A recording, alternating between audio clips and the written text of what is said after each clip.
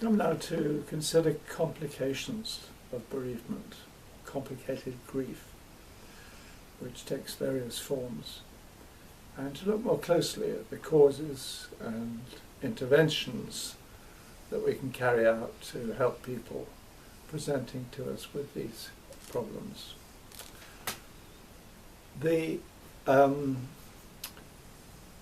book, The Bereavement Studies in Grief in Adult Life, which I originated back in the 1970s, and now it's in its 4th edition, and I was able to draw Holly Prigerson, an American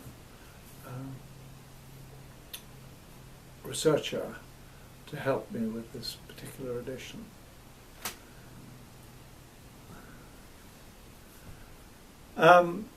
As a psychiatrist, I have become aware in various studies of the range of different health problems that exist in the wake of major bereavements.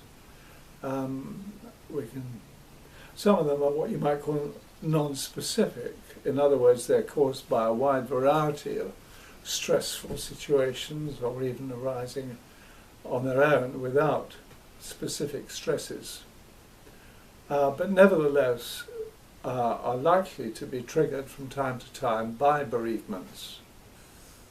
The first is the anxiety disorders, which are very common, in probably the commonest psychiatric problem that brings people to care of a psychiatrist, but they occur in over a third of people following a major bereavement, the loss of a husband, wife, child, first-degree relatives.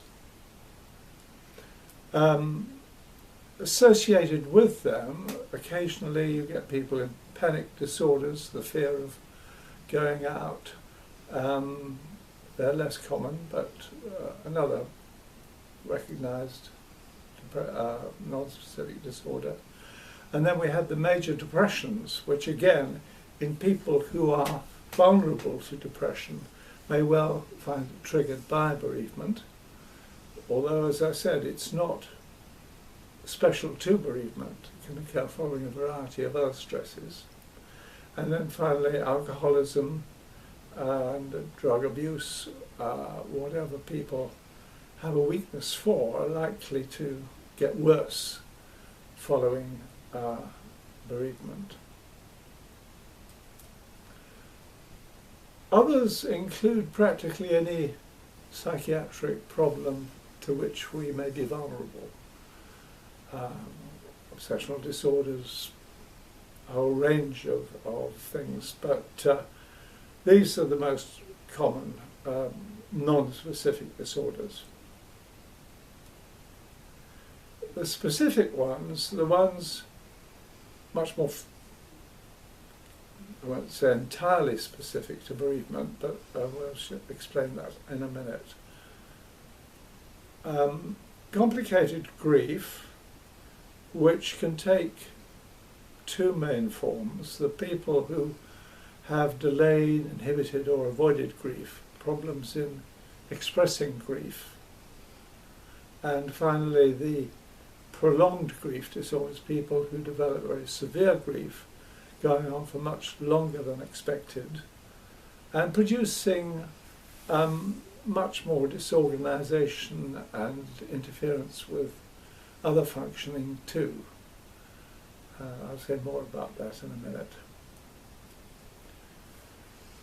Alongside them, and sometimes associated with them, are the post-traumatic stress disorders, which are peculiar to situations when people experience major stresses, particularly